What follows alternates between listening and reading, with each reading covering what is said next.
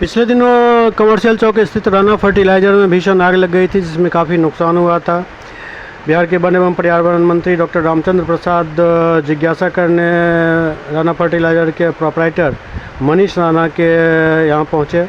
उन्होंने हर संभव मदद का भरोसा दिया। तो जैसे सुने कि ये दुकान में आग लग गया है तो आए और सांत्वना दिए और कहे कि किसी भी तरह का आपको कोई तरह का मदद का ज़रूरी होगा तो हमको बताइएगा।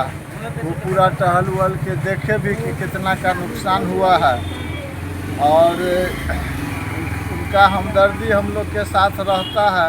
हम लोग क्षेत्र के भी हैं, उनके वोटर भी हैं।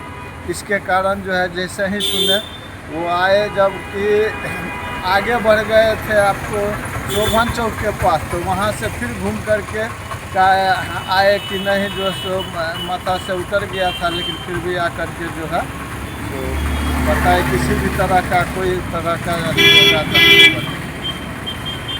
आपका शुभ नाम?